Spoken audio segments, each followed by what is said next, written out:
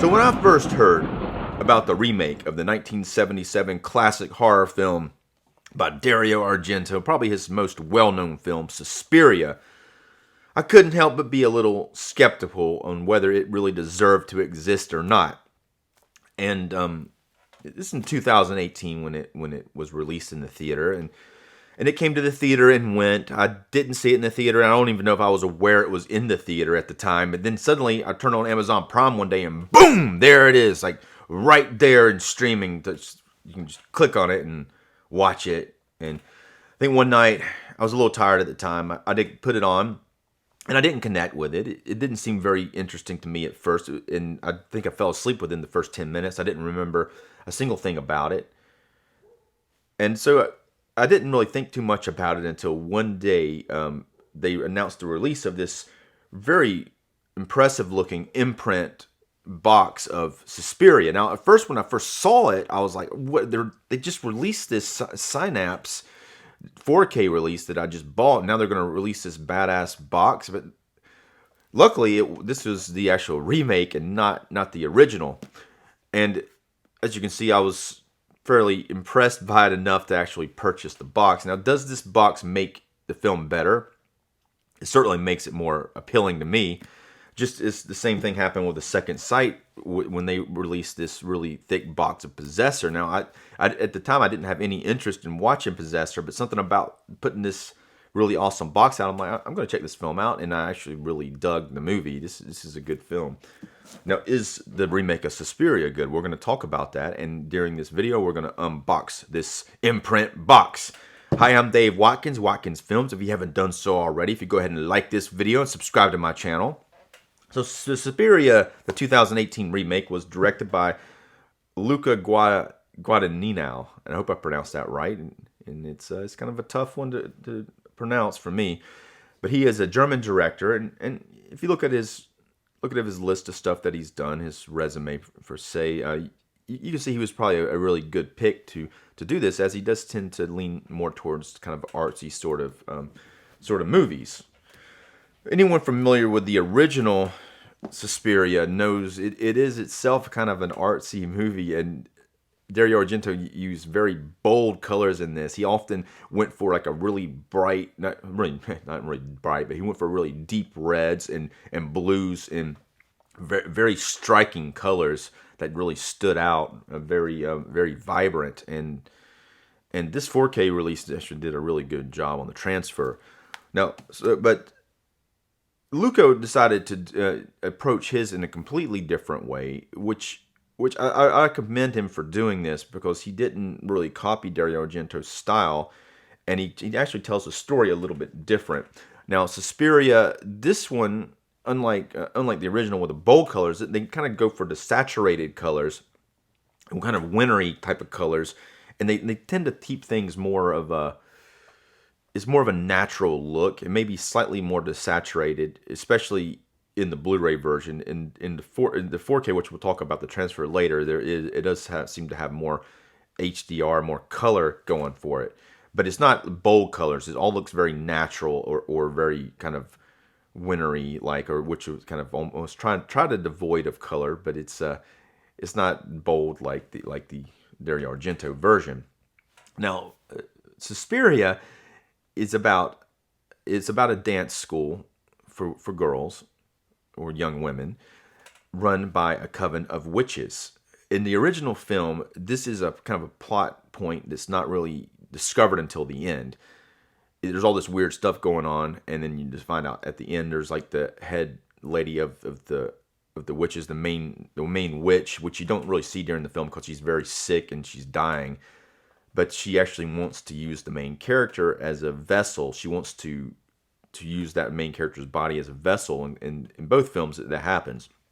The main evil witch is named Marco, and she's pretty nasty in both versions.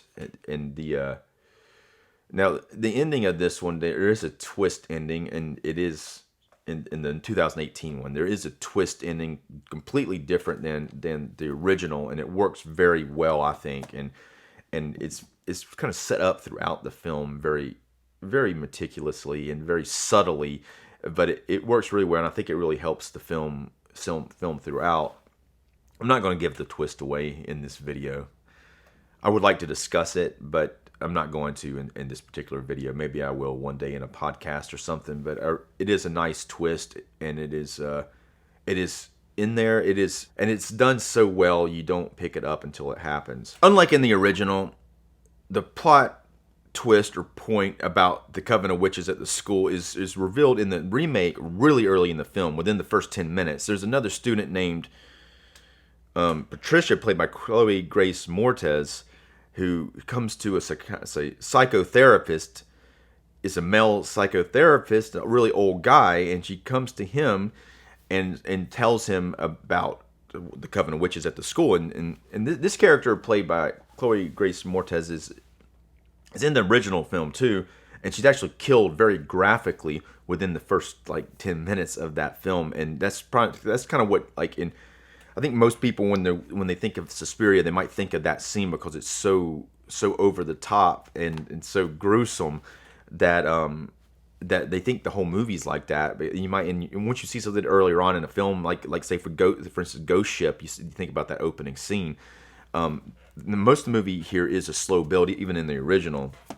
But you see that opening thing, and they really catch your attention with that gruesome death. Here, they do not kill her like they do in the original. Not at first, anyway. Not, her character actually survives, but she is off screen for most of the movie because she disappears after going to the psychotherapist. So, and there's the psychotherapist starts to investigate, trying to find her throughout the film, and so he kind of becomes a major character in the movie.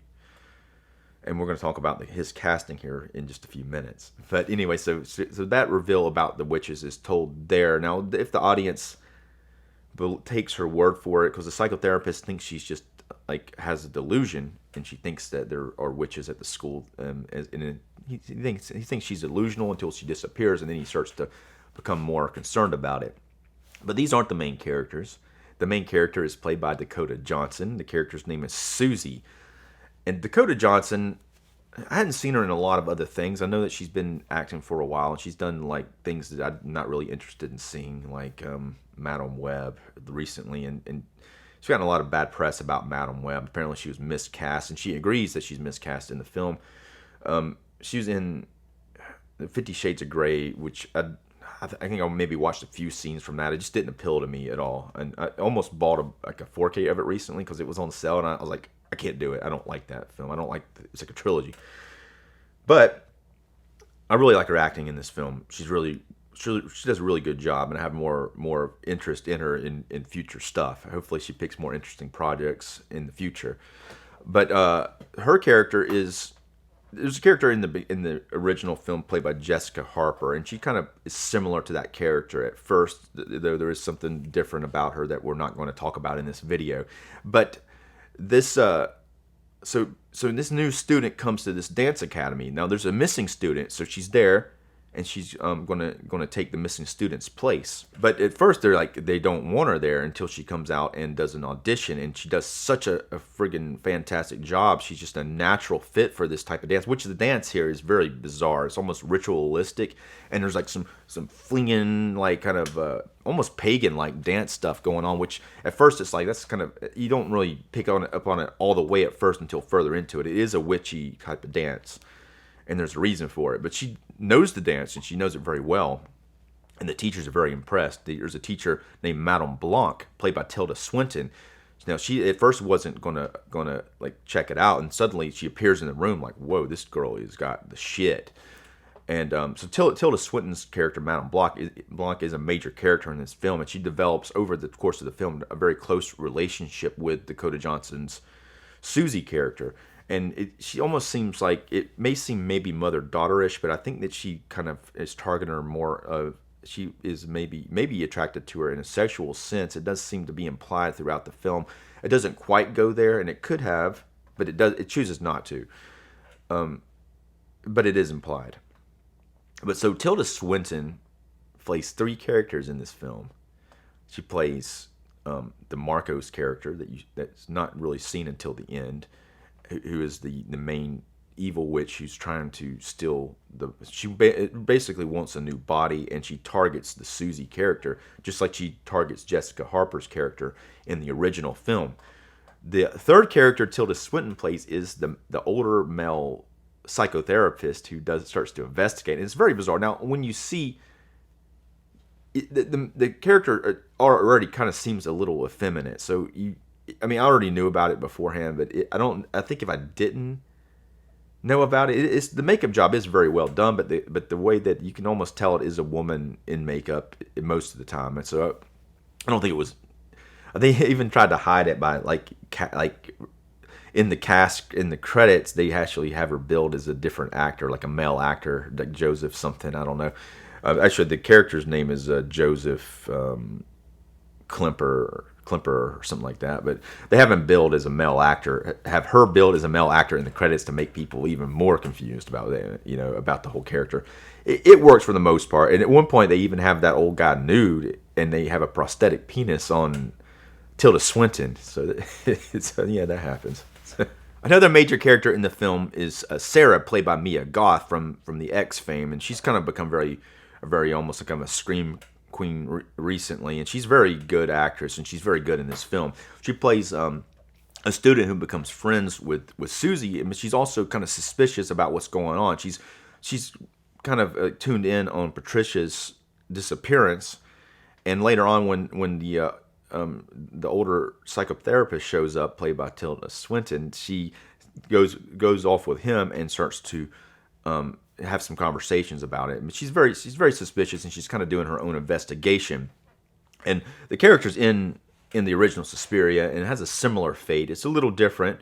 The character is eventually killed off in the original fairly gruesomely, and earlier. The character's in this film a little bit longer than in the original, but she didn't get killed off that early in the original, but she's in it like over half the film. Now, this film is a very long movie. It runs about 2 hours and 32 minutes. It is a very slow film. The pacing of it is very deliberate, and it kind of works. It may bore some people, but it is. They don't do a lot up front to capture your attention as far as horror stuff like Dario Argento did, like killing off people very gruesomely. They save most of the gruesome stuff.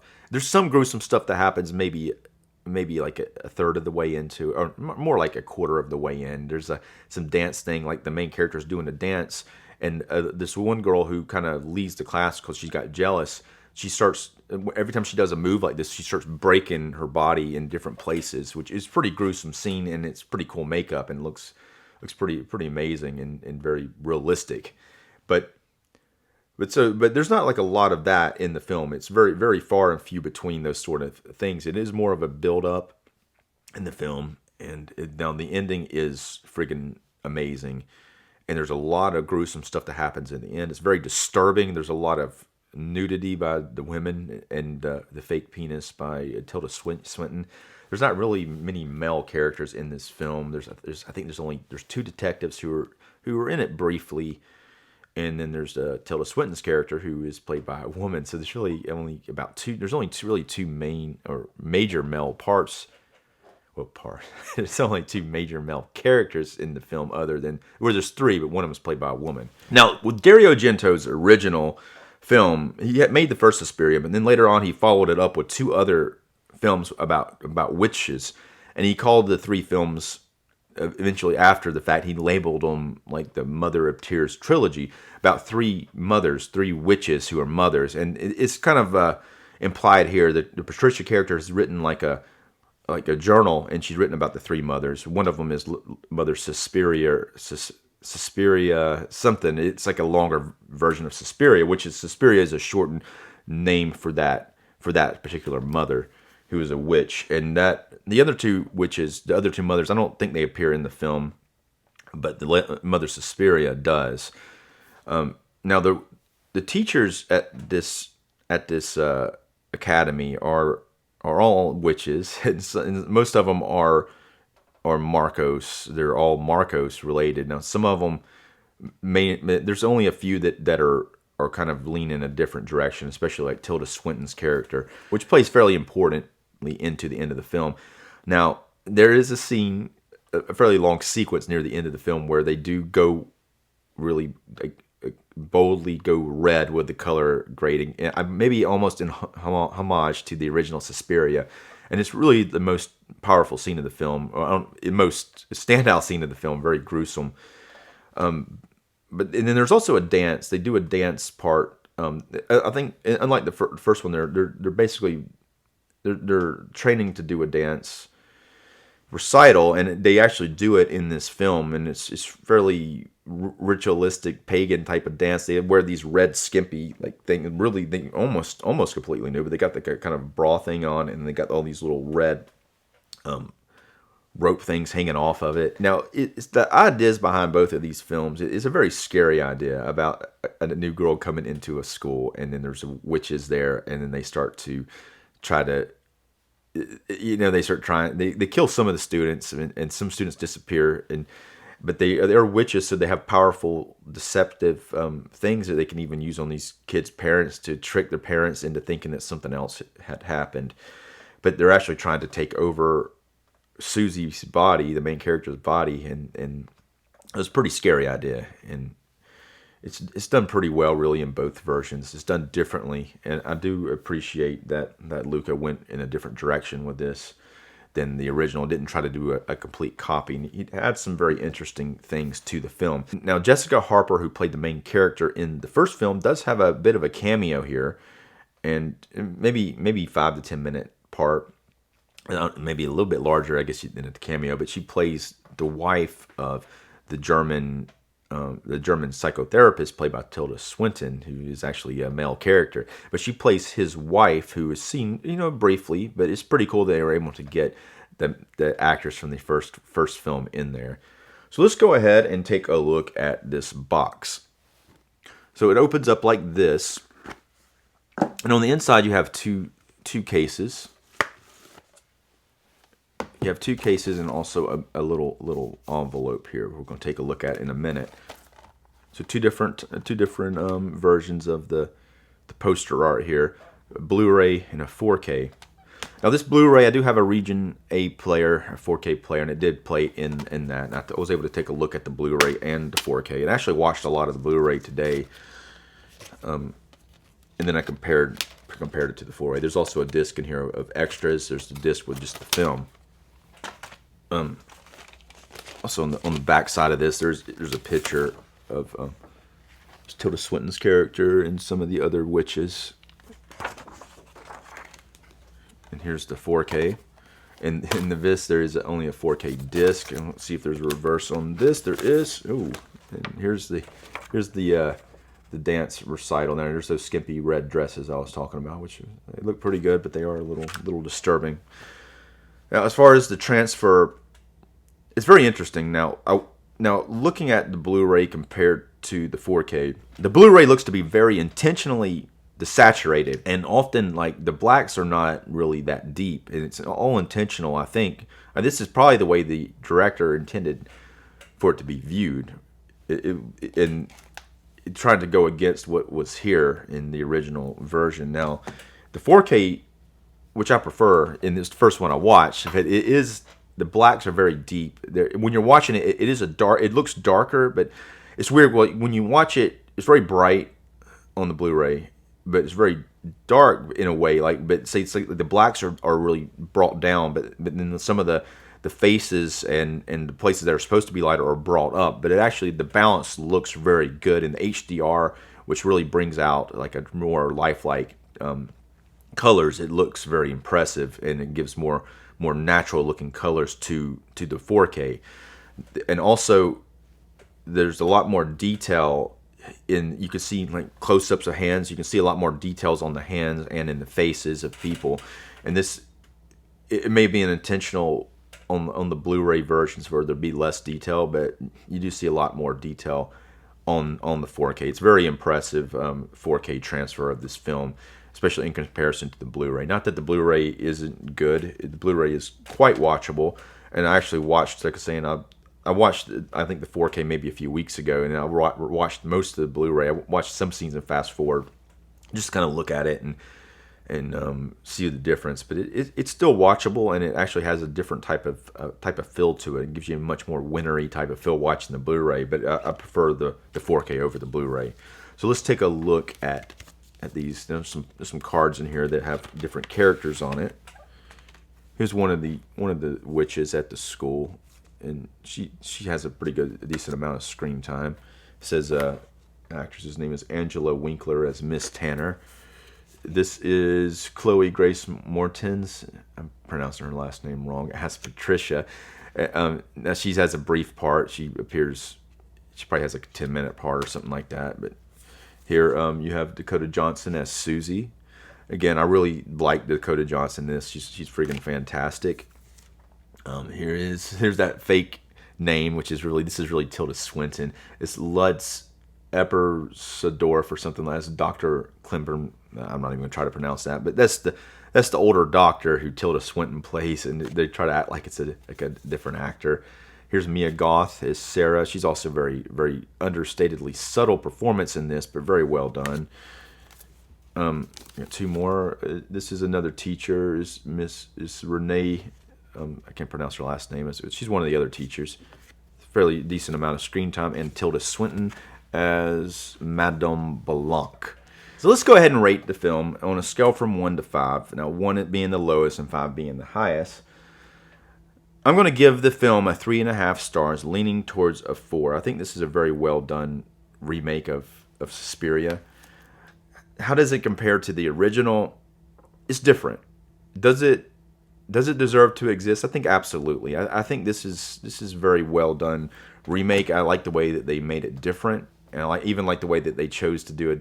Another thing about the original is it has a score by Goblin. Now the music in this one is really kind of stands out, and it is very, the music in it is Goblin's kind of an 80s band that they did a lot of film, and their music tends to like just kind of has a really catchy tune. The music here is a lot different. I did like the way that they didn't kind of go with the same type of music, and they did a good job of making it different. So I think you should check this out. I would recommend having some patience, as everything here is it is a slow moving film until it gets to the point that it's not, and then there's a lot of subtlety to it, and there's a lot of things that suddenly aren't subtle out of nowhere, and it has a nice balance of that going on.